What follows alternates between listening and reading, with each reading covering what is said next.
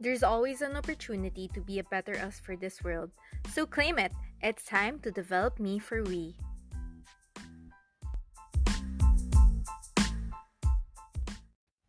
Happy morning, everyone! I'm Steph Sayson, your host. It's been a bit over 2 months since my last episode, but this Breview, book preview and review, is on point to what I've been struggling with and going through.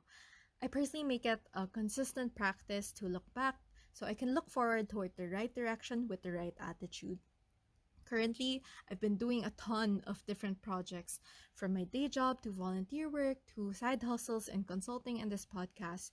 It becomes a tiring process to just keep my mind engaged, alert, and just always ready to be squeezed out for creative juices to be sold as what quality lemonade or orange juice or what have you. And that's why I am excited to share with you guys this amazing deal that I got from Big Bad Wolf. So, woo, shout out to all those who went last month. Yay, go bookworms! So I was there on the first day and I browsed for 5 hours. Yes, that long, because I really made it a point to one, take my time to browse, select, read through books that I wasn't gonna buy, and just ultimately enjoy. And two, stick to my 1,000 pesos only budget because I have so many books that are left unread. And my final computation was 1,000 pesos to be exact. I have a screenshot to prove it. And unsurprisingly, if you know me, one of the first books that caught my eye was this one, since I've been adjusting to my being well rested, chill, and grounded self even through this fast paced world we live in. I didn't want to be getting writer's block or be creatively dry, lead me to burning out, and ultimately just being unforgiving of myself. As the episode title states, this book is called I Want to Be Creative by Harriet Griffey. And just a heads up, I might be butchering a lot of names here because I'm just really unfamiliar with how to say it properly. So Harriet has an interesting background, and I can see how she's really apt to be the writer of this book. Currently, she's a journalist, writer, and author of numerous books on health, like the I Want series, Sleep, Calm, Organized, Happy, Confident, and this one, Creative. And she has other books as well, The Art of Concentration, How to Get Pregnant, and Give Your Child a Better Start. She's originally trained as a nurse and is an accredited coach with Youth at Risk UK, so she knows what she's talking about when she writes and broadcasts regularly on health and health related issues. So, the format of Harriet's book, of this one, and I would safely assume the rest of her I Want to Be series, is a crash course on creativity. It's unassuming of the reader's knowledge and background on creativity, and hence begins with the defining of creativity in the first place, which I really appreciate as the reader, with the subtitle of this book stating Thinking, Loving, and Working More Creatively. It develops the progression of the book seamlessly. So everyone can be creative, everyone uses creativity, and everyone needs it. This crash course is just really a curation of quotes, ideas, and best practices. So it's really not that typical kind of book that I would read that are just full blocks of plain text. And at the end, she also has an appendix section with further reading resources and useful websites, which I also appreciate. So again, this book is a crash course. It's a short book, but it has a ton of different topics that can actually be books on their own. But since there are a lot of sections and I don't want this Breview to be hefty long as I go through each and every individual section, we would just be overlapping the sections that communicate the things that I want to highlight. The beginning of the book clearly lays down the foundational beliefs we need to understand in order to proceed. She says, we are all capable of creativity, whatever we do and however we live our lives, just as long as we are open to imagination and are flexible about new ideas and possibilities. I resonate with this quote she places by John Hegarty, founding creative partner of Bartle, Hoggle, Boggle, Hegarty. Creativity isn't an occupation, it's a preoccupation. It invents, perfects, and defines our world. It explains and entertains us. We need to understand that creativity is something we're all capable of and is applicable in all situations. It's not just for graphic designers or songwriters who use creativity on a daily basis. Creativity is actually necessary even if you're like an Excel master creating an automated sheet or strategic planner, brainstorming, and problem solving. Edward Bono, psychologist, writer, and pioneer of lateral thinking, says creativity involves the breaking out of established patterns in order to look at things in a different way. And that's why, another quote, to think creatively, we must be able to look afresh at what we normally take for granted. As perfectly put by George F. Neller, author of The Art and Science of Creativity. So, the breaking out of patterns and exploration process is necessary. I remember having so much excuses when I needed to work or write. Like, the environment or atmosphere isn't conducive. Oh, I don't have my orange highlighter with me. Or, dang, I'm listening to a playlist that's not my usual workout playlist. And I thought all those elements would be able to create this perfect conducive environment for me to just imagine, produce, and create. But nope, actually, instead of being in the zone, I got stuck. Excuses kept pouring in when the perfect setup was just missing one tiny detail. And Harriet shares that the first space to create is the one inside your head. This starts with a frame of mind that can accept the amount of work it takes to realize a greater creativity, whether in your work, personal, or artistic life. So it's not just really that physical space. What I needed was the breaking of pattern. So I went to a park instead or a different cafe, and from there I produced something different, but it was different good. And she has actually a lot of sections on creative processes, like in coming up with ideas and seeking inspiration. And this seeking of inspiration is actually all around us. Like, ideas are all around us. As you know how to find it, as long as you know how to find it. When you seek inspiration everywhere, you really have to be intentional with going out. And that's why I like going to malls or go to nature, window shop, or just really taking a walk, because through this you'd be able to observe a lot of different things, reflect on a lot of things, and actually use a journal to note all those down. So if you haven't been convinced yet by the past episodes to start journaling, I hope you do starting today. So you can actually even access other people's creativity to spark your own, like through a podcast or a book or through listening to music. It's really just, even if you are predisposed to a certain form of creativity over another, don't restrict your access to the others just because you're a visual or audio learner. This juxtaposition can actually inform, enhance, and contribute to creativity. So, contradictory ideas, mix and match. Think of it as like cross pollination and being interdisciplinary. It just makes it more holistic that way. And aside from that, you can actually talk to the person beside you. Harriet shares a section on collaboration. Also, since, it's so common for us right now to spend so much time inside our own little bubbles, especially because we have our phones and social media now, that we forget the value of interaction and exchange. She shares this quote by Akram Khan, dancer and choreographer. Go on a journey with someone who is as different to you as chalk and cheese. I am inspired by the way dialogue between two different bodies, two different minds, two different ways of expressing a single idea. So the tossing of ideas can really bring us places. And that's the beauty of brainstorming, but manage brainstorming because it can be a time waster. As you recall all those flashbacks on meetings that were just supposed to be an email. And from that self-sabotaging situation I've shared a while ago regarding my perfect working environment, the next part is where I really resonated with the most. The book has this juicy section on what inhibits creativity, and the first was self-censorship. Having these thoughts of, it's impossible, I don't know how to do it, I'm not good enough, all those whiny, different kinds of thoughts and excuses. One of the core features of creativity is actually exploration, a willingness to try, and an acceptance that sometimes it won't necessarily go the way that you planned, and you won't always succeed. But to be honest, this is a blessing because sometimes we don't even know what we need towards success. We didn't think that maybe a bunch of these shapes or colors would have made sense or even looked good.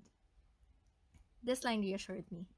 Remind yourself that creativity is both a process and a means to an end. How you get there is not written in stone, nor does it have to be done in a particular way. And the only inhibition is an internal rather than an external voice. Another way of inhibiting creativity is actually functional fixedness. So, similarly to the first one, it's just because from the way we think, we're just too rigid or inflexible. We're stuck with the idea that there's only one way to approach something or use an object. And just thought psychology, like only using it for its purpose originally designed, can limit us. I like Harriet's example of an infant playing with a plastic tea strainer. Is it a hat? Is it a ball? What can I do with it? And we all need this, that wonder. It's so nice to have wonder. Wonder is discovery. If you know the book The Little Prince, I love how it just says that adults are so boring because they don't like to ask questions, they don't want to explore, they don't want to enjoy. This is the same principle. It's not just a hat. Please look at the drawings. Then another is simply something that we've already touched on in episode 6 and 11, the fear of failure, writer's block, or the fear of a blank page, fear of failure, or fear of others' lack of approval, or even ridicule. All this just falls under that. This quote by Rebecca Solnit, writer and social commentator, summarizes this well. So many of us believe in perfection, which ruins everything else. Because perfection is not only the enemy of the good, it's also the enemy of the realistic, the possible, and the fun. So let's be clear, alright?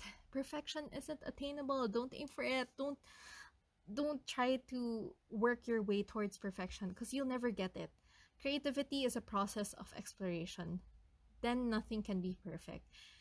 And this is not what you're trying to achieve anyway. The pursuit of perfection is just a disguise for insecurity or a desire for recognition from others. So stop thinking about what others think. Create and be messy. And yeah, that whole process is beautiful. I like how Harriet explains that music would be very limited if everyone sounded and wanted to sound like Mozart. So start the process of exploration with no attachment to the idea of perfection, because there's a huge difference between aspiring to someone else's ideal of perfection and making your own unique contribution. There's also this other quote by Tamara Rojo, artistic director and principal dancer of the English National Ballet. To be truly inspired, you must learn to trust your instinct and your creative empathy. Without those, you can still give a good technically performance, but it will never be magical. So that's her saying there's no heart in the art if we just try to be technically perfect. I recall something similar in my first Breview, It's Not Supposed to Be This Way by Lisa Turkers, on how we as people appreciate paintings even if there's like something off, like about the smile or the shape or color, because it's just been touched by a person, it's been made by a person, and it's in the imperfect nature of the art that makes it beautiful. Harriet includes a quote as well by Mark Rothko, painter. A painting is not a picture of an experience, it is an experience. And that's what draws us to these imperfect things. So, in light of that section, focusing on the perfectionist in us, we need to be freeing our minds through the benefits of boredom, daydreaming, and procrastination. I personally like being busy, but being busy doesn't always equate to being productive. And it's actually good to not feel like you need to fill all that noise. That lull of activity, that's actually an opportunity to engage with your thoughts and see where your thoughts would take you. More thinking time is just more time to develop your ideas. Take your foot off that metaphorical accelerator. It's not the same as putting your foot on the brake, so it's you coasting. This is the necessary pause button that your creative subconscious is seeking. As Homer, author of the Iliad and Odyssey, said, there is a time for many words, and there is also a time for sleep. So try to remind yourself that you need this also to be part of your creative process.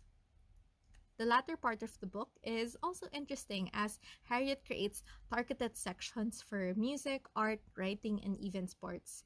Some lines that I resonated with that I'd like to highlight and give some insights to, and just letting you know in advance that most of this are on writing, my bias. Listen to what you can't understand, even if you don't understand. And two other quotes on writing. Just start scribbling. The first draft is never your last draft. Nothing you write is by accident. By Guy Garvey, musician. Another by Jane Smiley, a writer. Every first draft is perfect because all the first draft has to do is exist.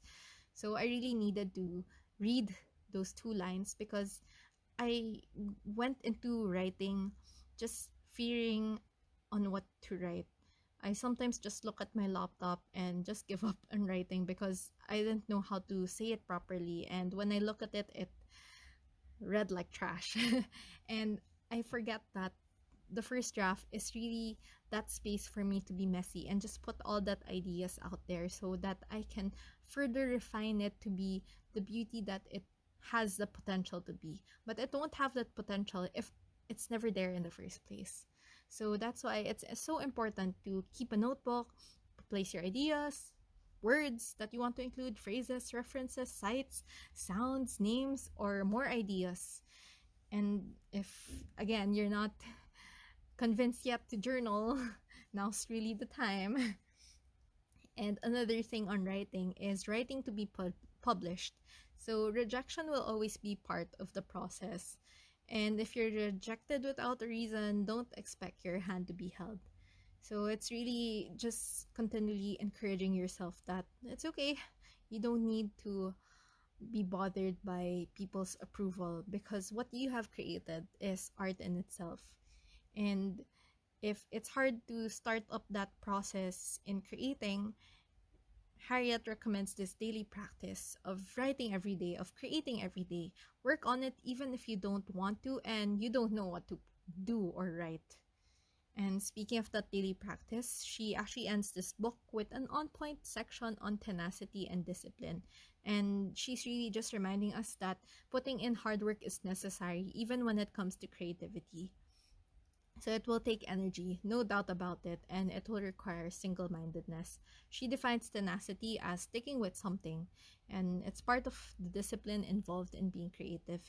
You don't give up on your first hurdle. Being creative is work. Some of what it takes to be creative is also work. So it's a means to an end, not just the end itself, but also the means to that end that you desire. So she closes this book with these two quotes. Creativity requires the courage to let go of certainty by Eric Fromm, writer. And creativity takes courage. Henry Matisse, artist. And indeed, it's not easy being creative, but anyone can be creative. Genesis chapter 1 verse 27 says that God created man in his own image. In the image of God, he created him. Male and female, he created them.